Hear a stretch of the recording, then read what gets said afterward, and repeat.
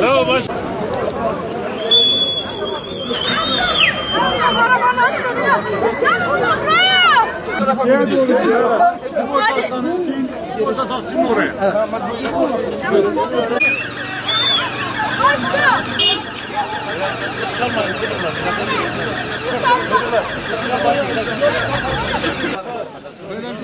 Van İpek Yolu Caddesi üzerinde bulunan ve 1982 yılından beri Van halkının hizmetinde olan İpek Yolu Devlet Hastanesi tüm uğraş ve çabalarımıza rağmen kapatılma kararı alınmıştır.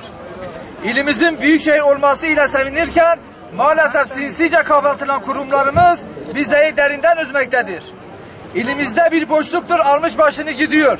Bir genel sekreter bir il hakkında kendi başına karar verebiliyorsa, hastane kapatabiliyorsa demek ki o ilin dinamikleri bitmiştir. Seçilmişlerimiz demek ki koltuk sevdasından sesini çıkaramayacak kadar aciz ve parlamentoda ellerini kaldırıp indirmekten başka bir işe yaramadıklarını görmüş olduk.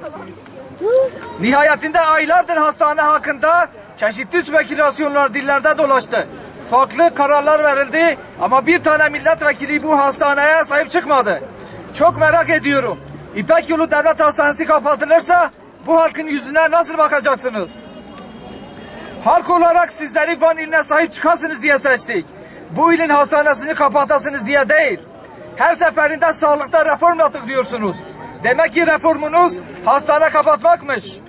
Depremi bahane ederek 3 hastane kapattınız. Van halkının değerlerine sahip çıkmadınız.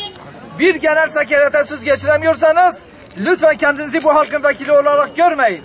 Çünkü nüfusu 1 milyonu aşmış ilimizin yarısından fazlası zaten hastanesiz kalmıştır. Bu hastanenin kapatılması ile beraber ilimizin tamamı hastanesiz kalmıştır. Bu halkımıza yapılan en ağır hakarettir. İpek Yolu Devlet Hastanesi ilimiz için önemli bir konumda olup müşkülün sığındığı bir liman gibiydi. Hastane kapatmayın. Aksine şehir merkezinde polikler açın. Halkın hastanelere daha kolay ve mağdur olmadan ulaşmasını sağlayın. Bölge eğitim hastanesinde öyle bir yoğunluk var ki insanlar günlerce sıra beklemekte ve sağlıklı insanlar bile sağlığında olmaktadır. Daha dün ihtiyaç diye özel hastane kiraladınız. Çünkü iflasın eşiğinde olan ve bireysel çıkarlar uğruna bir halkı bireye tercih ettiniz. Henüz kiraladığınız hastaneyi kimden ve kaç para kiraladığınızı kamu ile paylaşmış değilsiniz. Şimdi kalkıp halkın hastanesini kapatacaksınız. Bizler halk olarak bu keyfi kararlarınıza itaat etmeyecek, bu hastanenin kapatılmasına asla müsaade etmeyeceğiz. Sabrımızı taşırma, uğra şaşırma, sabrımızı taşırma, uğra şaşırma, sabrımızı taşırma, uğra şaşırma,